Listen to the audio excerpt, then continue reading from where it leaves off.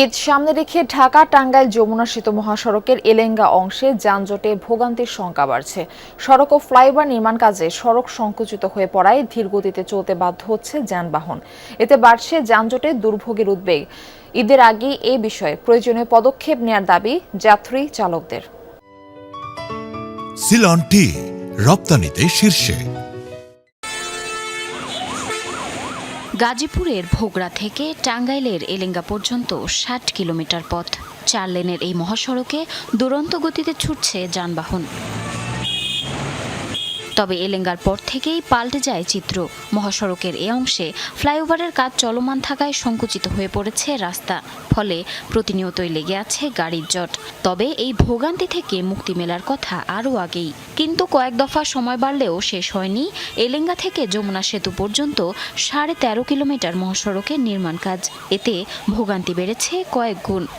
এই দিক দিয়ে আপনার গাড়ি যাইতেছে ৩ লেনে, 2 লেনে গাড়ি টানতেছে ৮০, ৯০, ১০০, ওইখানে যায় লাইন হয়ে যেতেছে একটা। রুটগুলো আপনার জালাঙ্গা যেমন কাজ করতেছে, এগুলা লাইন ক্লিয়ার করে দিলে মোটামুটি আপনার যানটা ক্লিয়ার হয়ে যাবে। দেখা যায় যে যেখানে হচ্ছে ৮ ঘন্টার রাস্তা ঢাকা থেকে যাইতে, সেখানে দেখা যায় যে হচ্ছে ১৬ ঘন্টা লাগে যাচ্ছে, ২০ ঘন্টা লাগে যাচ্ছে।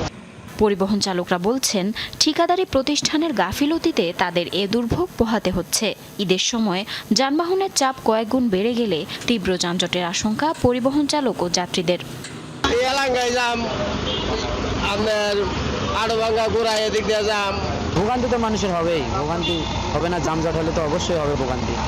চলতি বছর ডিসেম্বরের মধ্যে কাজ শেষ হবে বলে জানালেন সেতু বিভাগের এই কর্মকর্তা। পাশাপাশি মহাসড়কে যানজট নিরসনে প্রয়োজনীয় পদক্ষেপ নেওয়া হচ্ছে বলেও দাবি তার। সার্বিকভাবে এবার ঈদে দেখা যাচ্ছে বর্ষাকাল থাকার কারণে বৃষ্টি হওয়ার একটা সম্ভাবনা আছে। এই জন্য আমরা এবার এক্সট্রা কিছু পদক্ষেপ নিচ্ছি, যে রাস্তাগুলো মেরামত করা এবং যাতে দ্রুত মেরামত করতে পারি। ঘরমুখ মানুষের ভোগান্তি লাঘব ও ঈদযাত্রা নির্বিঘ্ন রাখতে মহাসড়কের ৬৫ কিলোমিটার এলাকায় ৮ শতাধিক পুলিশ সদস্য দায়িত্ব পালন করবে বলে জানান পুলিশ সুপার।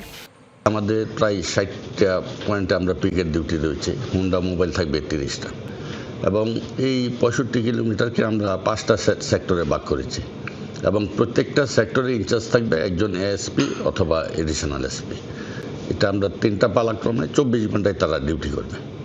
স্বাভাবিক সময়ে যমুনা সেতুতে ২৪ ঘন্টায় ১৮ থেকে ২০ হাজার যানবাহন পারাপার হলেও বিভিন্ন উৎসবে তা ৫০,০০০ ছাড়িয়ে যাওয়ার রেকর্ড রয়েছে। জারিন অর্নি, যমুনা নিউজ।